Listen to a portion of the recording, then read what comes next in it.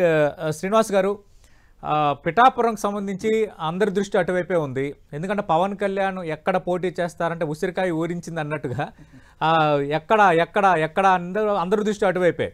ముందు గతంలో పోటీ చేసిన భీమవరం ఉన్నారు, తర్వాత తాడేపల్లి కూడా ఉన్నారు, ఫైనల్గా పిఠాపురం ఫిక్స్ అయింది. తర్వాత ఆయన వర్మ నాదే అనటం, తర్వాత తెలుగుదేశం పార్టీ అధినేత చంద్రబాబు నాయుడు రంగంలో దిగడం, ఆయన చల్లబట్టం, ఖచ్చితంగా పవన్ కళ్యాణ్ భారీ మెజార్టీతో గెలిపిస్తాను, ఇది నా బాధ్యత అనటం, ఇదంతా జరిగిపోయింది. ఇప్పుడు లేటెస్ట్గా ఏంటంటే తనకు ఎంపీగా పోటీ చేయమని మోదీ అమిత్ షా చెప్పారు అని భారతీయ జనతా పార్టీ హైకమాండ్ చెప్పిందని మీ పార్టీ అధినేత పవన్ కళ్యాణ్ నేను ఒక వ్యాఖ్య చేశారు. మోదీ అమిత్ షా ఆదేశిస్తే నేను ఎంపీగా పోటీ చేస్తానంటున్నారు. ఎంపీగా పోటీ చేస్తే కనుక ఈ సీటు నాదే అని వర్మ అంటున్నారు. అంటే ఇంకా ఏమైనా ఉందా? ఎంపీగా పోటీ చేసే అవకాశం ఇంకా మిగిలే ఉందా?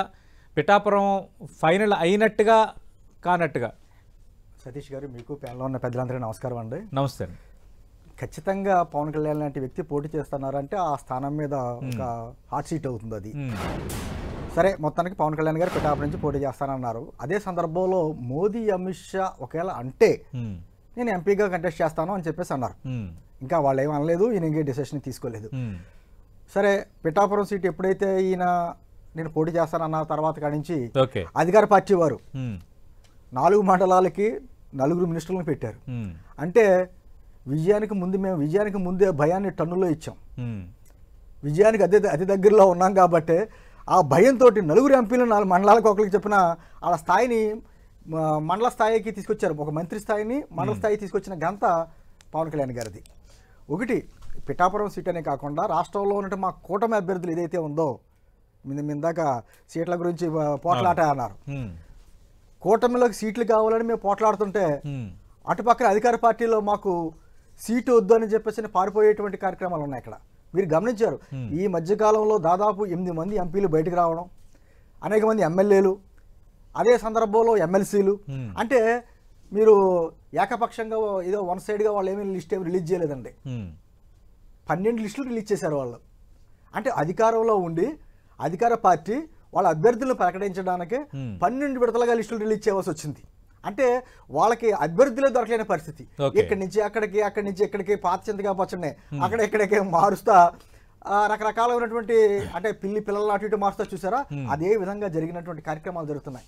అంటే ఒక అధికారంలో ఉండి నా ఫోటో చూస్తే చాలు వన్ సైడ్గా గెలుపు అనేటువంటి మాట చెప్పి వైనాట్ 175 అయినటువంటి జగన్మోహన్ రెడ్డి గారు ఆఖరికి తమ అభ్యర్థుల్ని తర్వాత తమ నాయకులను కూడా కాపాడుకుని వెళ్ళినటువంటి పరిస్థితుల్లో ఇక్కడి నుంచి అక్కడికే తీసుకెళ్ళి అక్కడి నుంచి ఇక్కడ తీసుకెళ్ళినటువంటి కార్యక్రమాలు అయితే జరుగుతున్నాయి.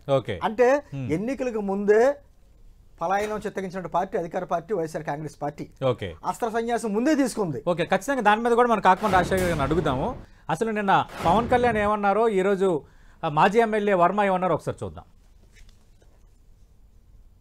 చెప్పింది ఏంటంటే, ఏదైనా మనసు మార్చుకుని పవన్ కళ్యాణ్ గారు ఎంపీకి వెళ్తే మేము వెళ్ళమని కోరట్లేదు. ఒకసారి మాట ఇచ్చాక ఎట్టి పరిస్థితుల్లోనే పవన్ కళ్యాణ్ గారిని గెలిపించి తీరతాం.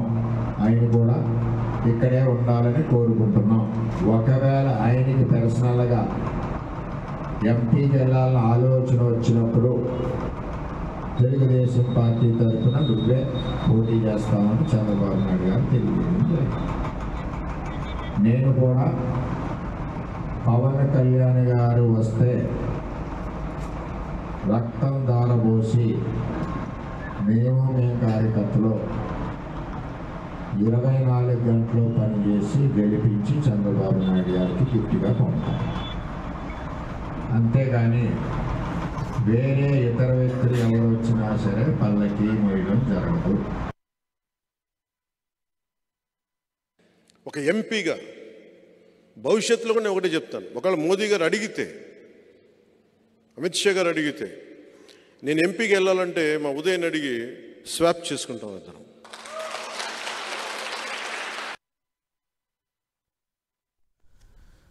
రైట్, పవన్ ఏమన్నారు ఒకసారి చూద్దాం.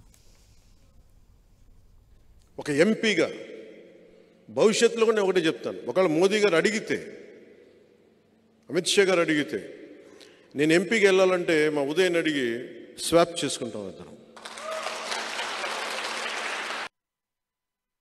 రైట్ శ్రీనివాస్ గారు, నేను ఎంపీగా వెళ్ళాలనుకుంటే ఇప్పుడు మీరు ప్రకటించిన ఎంపీ అభ్యర్థి ఎవరైతే ఉన్నారో ఉదయ్, టీ టైం ఉదయ్ అంటారు ఆయన నేను స్వాప్ చేసుకుంటాం అంటున్నారు. ఒకవేళ పవన్ కళ్యాణ్ కనుక ఆయన కాకినాడ ఎంపీగా కానీ లేదంటే ఎంపీ స్థానానికి పోటీ చేస్తే ఈ పిఠాపురం సీట్ నాదే అని వర్మ అన్నారు. ఒకటి ఇక్కడ క్లారిటీ ఇస్తారండి నేను. ఉదయ్ గారు మా పార్టీలో నిబద్ధత కలిగిన కార్యకర్త. ఆయన పవన్ కళ్యాణ్ గారు ఏ నిర్ణయం తీసుకుంటే ఆ నిర్ణయాన్ని కట్టుబడి ఉన్నటువంటి వ్యక్తి. రెండోది వర్మ గారు కూడా మాట మార్చల. పవన్ కళ్యాణ్ గారు ఇక్కడికి పోటీ చేస్తే ఖచ్చితంగా ఆయన భుజాలను ఎత్తుకుని నేను గెలిపించుకున్న బాధ్యత నాది. ఆయన పోటీ చేయని పక్షంలో మాత్రం సీటు నేను ఖచ్చితంగా నేను కావాలని కోరుకుంటానన్నారు. ఆ వారు కూడా అధినేత చంద్రబాబు గారితో కూర్చున్నారు. ఆయన ఇచ్చిన మాట ఇచ్చింది వాస్తవం. ఒకటి జనసేన కావచ్చు, టీడీపీ కావచ్చు, బీజేపీ కావచ్చు, మా కార్యకర్తలు చాలా క్రమశిక్షణతో అధినేత ఏదైతే నిర్ణయం తీసుకున్న నిర్ణయాన్ని కట్టుబడి ఉంటారు.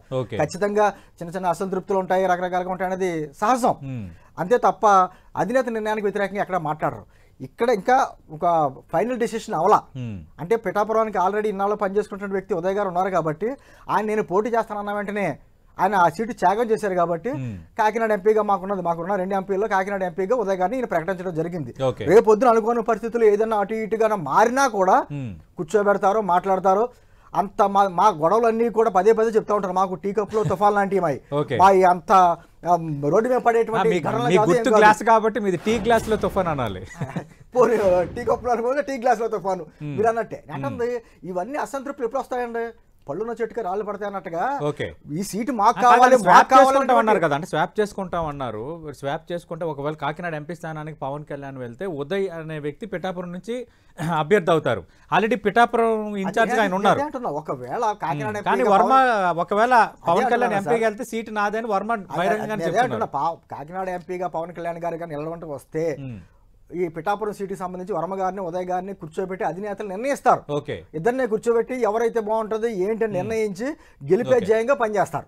అంటే ఇంకా పాసిబిలిటీ ఉంది, ఎంపీగా కూడా పోటీ చేసే ఛాన్స్ ఇంకా మిగిలే ఉంది. పవన్ కళ్యాణ్ గారే చెప్పారు కదా, ఒకవేళ మోదీ గారు అమిత్ షా గారు కోరినట్లయితే నేను ఎంపీకి వెళ్ళవలసిన అవసరం వస్తుంది అప్పుడే అని చెప్పారు కదా. వాళ్ళు కోరకపోయిన పోటీ చేయాలని ఉండదు పవన్ కళ్యాణ్, వాళ్ళు ఆదేశిస్తేనే చేస్తారు. అంటే అలాగని కాదండి, రకరకాలైనటువంటి వ్యూహాలు మాకుంటాయి.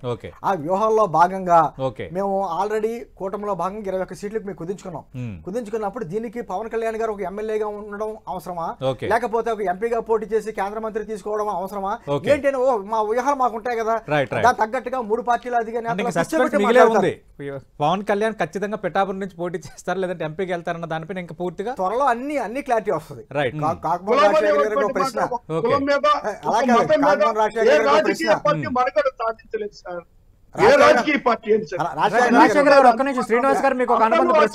ఒక ప్రశ్న నేనే మాట్లాడి డిస్టర్బ్ చేయను కానీ నేను అంటుంది, అక్కడ ఏదో కాపు సామాజిక వర్గం ఎక్కువ ఉంది కాబట్టి పిఠాపురంలో పవన్ కళ్యాణ్ గారు పోటీ చేస్తున్నారు అంటే మరి పులివెందుల్లో ఏ సామాజిక వర్గం ఎక్కువ ఉందని చెప్పేసి ఆయన పోటీ చేస్తున్నారు.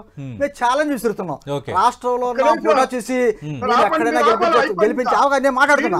అలాగే రాష్ట్రంలో ఎక్కడైనా నా ఫోటో చూస్తే చాలు ఓటేస్తారని ముఖ్యమంత్రి గారు 151 మంది ఎమ్మెల్యేలు ముఖ్యమంత్రి గారు పులివెందులు దాటి బయటకు వచ్చి ఎక్కడైనా పోటీ చేయమనండి. ఛాలెంజ్ పిఠాపురం వచ్చి పవన్ కళ్యాణ్ గారు మీరు ఎక్కడమనండి. కుల రాజకీయాలు చెయ్యం, కులం అక్కర్లొద్దు చూసి ఓటేస్తారనుకుంటే పులివెందులు దాటి వచ్చి పిఠాపురం మీద పోటీ పవన్ కళ్యాణ్ మీద పోటీ చేసి గెలమనండి. శ్రీనివాస్ గారు, ఇందాక మీకు చెప్పాను అంటే వైఎస్ఆర్ కాంగ్రెస్ పార్టీ హెవీగా దీన్ని ఫోకస్ పెట్టింది అని. అంటే పిఠాపురం అన్నారు, అంతకుముందు భీమవరం అన్నారు, తర్వాత గాజువాక్ అన్నారని కొన్ని అంశాలను వైఎస్ఆర్ కాంగ్రెస్ పార్టీ ప్రస్తావిస్తుంది. ఇప్పుడు ఒక కన్ఫ్యూజన్ నేను ఇందాక ప్రస్తావించినట్టు కాకినాడ నుంచి పోటీ చేస్తారా లేదా అని. సరే, ఇంకా వాళ్ళ విమర్శలు పక్కన పెడితే ఎందుకు ఈ డైలామా ఎవ్రీ టైం పోటీ చేసేటప్పుడు అవుతుంది? మళ్ళీ ఇప్పుడు ఒక కన్ఫ్యూజన్, మొన్నటి వరకు పిఠాపురం వస్తారా రారా, సరే పిఠాపురం కన్ఫర్మ్ అయింది, మళ్ళీ ఇప్పుడు కాకినాడ ఎంపీగా వెళ్తారా? ఏమో 2 చోట్ల పోటీ చేయొచ్చేమో. ఓకే, ఎమ్మెల్యే పోటీ చేయొచ్చేమో అంటే నేను అంటుంది ఎక్కువ మంది అంటున్నారు అన్నమాట. ఆప్షన్స్ 1, 2, 3 ABC కాదు, ఎక్కువ మంది జనసేన నేతలు ఆఫ్ ది రికార్డ్ కూడా ఏమన్నారంటే 3 పార్టీలు పోటీ చేస్తున్నప్పుడు కూటమిలో ఉన్నప్పుడు ఏర్పడినప్పుడు ఆ సర్దుబాటులో రకరకాలైనటువంటి అవకాశం ఉంటాయి, ఛాన్సెస్ ఉంటాయి. ఏదేంటి అన్నది ఇంకో 2 రోజులు మాకంటే కూడా వైఎస్ఆర్ కాంగ్రెస్ పార్టీ వారు అది ఆందోళన పడుతున్నారు. పవన్ కళ్యాణ్ ఎక్కడ పోటీ చేస్తాడా అంటే కంటైనర్లు ఉంటాయి కదా సార్, ఈ కంటైనర్లు పిఠాపురం పంపాలా లేకపోతే గాజువాక పంపాలా భీమవరం పంపాలని భయం చూసుకుంటారు కదా. ఇప్పుడు ప్రత్యర్థి ఎవరు, మన అభ్యర్థి ఎవరు, ఎవరి పార్టీ మీరు అటు చూసుకుంటారు, వాళ్ళు ఇటు చూసుకుంటారు. మాకు దగ్గర కంటైనర్లు లేవు వాళ్ళకి. అందుకనే 3 మండలాలకి 4 మండలాలకి 4 మినిస్టర్లు పెట్టారంటే నేను అంటే ముందు చెప్పాను, భయం టన్నుల కొద్దా ఉంది. మాట్లాడితే దత్తపుత్రుడు అని అవహేళన చేశారు. దత్తాత్రేయ పుత్రుడయ్యాడు ఈయన. దత్తాత్రేయ మొదలవుతాయినటువంటి శ్రీపాద శ్రీవల్లభుడు తపస్సు చేసినటువంటి పిఠాపురంలో ఈయన పోటీ చేస్తున్నాడు. అది దేవుడి స్క్రిప్ట్. అది మీరు అంటుంది అనుకున్నారు కదా సార్, ఖచ్చితంగా ఇప్పుడు బీజేపీ ఖచ్చితంగా నేను అంటుంది ఈ రోజున పిఠాపురం పాపం కంటైనర్ బయలుదేరింది సార్, భీమవరంలో పెట్టుకొచ్చున్నారు సార్. అక్కడ భీమవరం కాదన్నా వెంటనేమో మళ్ళీనేమో గాజుబాకి ట్రిప్, పాపం వాళ్ళ కన్ఫ్యూజన్ భయం ఉంటది కదా సార్, అన్ని ఎక్కడ పంపాలి, డంపింగ్ చేయాలి,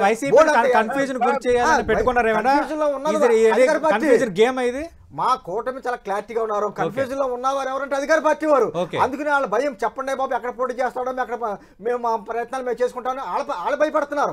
మాకంటే మా పార్టీలో చాలా క్లారిటీ ఉంది. పవన్ కళ్యాణ్ గారు ఎమ్మెల్యే గానీ అలాగే ఉంటారా, లేకపోతే ఎంపీగా పోటీ చేస్తారా, లేదా 2 చోట్ల పోటీ చేస్తారా, దేనికైనా సంసిద్ధంగా మేమున్నాం. వాళ్ళు యుద్ధం అంటారు సార్, ఆ యుద్ధానికి కదా వాళ్ళు దిగిపోవడానికి సిద్ధంగా ఉన్నారు. అది చెప్పుకోలేక యుద్ధం అన్న మాటలు మాట్లాడుతున్నారు. రాజశేఖర్ గారు చెప్తున్నారు కదా, ఈ 5 ఏళ్లలో పట్టభద్రుల ఎన్నికల్లో ఎందుకు వీళ్ళకి ఎంత పరాభవం ఎందుకు ఎదురైందండి? నిజంగా అద్భుతమైన పాలన అందించుంటే పట్టభద్రుల ఎన్నికల్లో ఎందుకు పరాజయం పాలవ్వాలి? దానికి సమాధానం చెప్పండి రాజశేఖర్ గారు. మరి ఎన్నికలు అరే మధ్యలో శ్రీనివాస్ నువ్వు మధ్యలో మాట్లాడితే ఎలాగయ్యా? నువ్వు ప్రతి దానికి నువ్వు ఎందుకు అందిస్తున్నావు? మీరే మాట్లాడుకుంటా దీపక్ రెడ్డి గారు ఒక మాట అడిగారు, దానికి నేను ఆన్సర్ చేయాల్సిన నేను కూడా ఉన్నాను అన్నట్టుగా. మీ పార్టీలు బయట రేపు ఎన్నికల్లో చూద్దాం, మీ సత్తా ఏందో మా సత్తా ఏందో రేపు చూస్తున్నాం. ఎన్నికల్లో మీకు ఎందుకు ఓటమి గెలుపోటములు లేకుండా ఉండవు. ఇంత దారుణంగా నాయకుడు ఎందుకు ఎందుకు తిరస్కరించారు ప్రజలు? ఒకటే అండి, మీరు ఇందాక నుంచి ఏదో మాకినేని శేషకుమార్ గారు పిఠాపురంలో మన ఇన్ఛార్జ్ పార్టీలో కూర్చొని అంటున్నారు కదా, ఆవిడ గత సంవత్సరమే పార్టీ నుంచి బయటకు వెళ్ళిపోయింది. అప్పుడే మా ఉదయ్ గారిని అప్పుడు ఇన్ఛార్జ్ గా పెట్టారు పిఠాపురంలో. అంటే నేను అంటే అవుట్డేటెడ్ పొలిటీషియన్స్ ఏదో పెట్టుకుని వాళ్ళ పార్టీ నుంచి వెళ్ళిపోతున్నటువంటి ఎంపీలు ఎమ్మెల్యే గురించి ఒకటే అండి సతీష్ గారు, కూటమికి ఓటు, వైసీపీకి పోటు, 2024 ఎన్నికల్లో జరగబోయేది అదే. రైట్.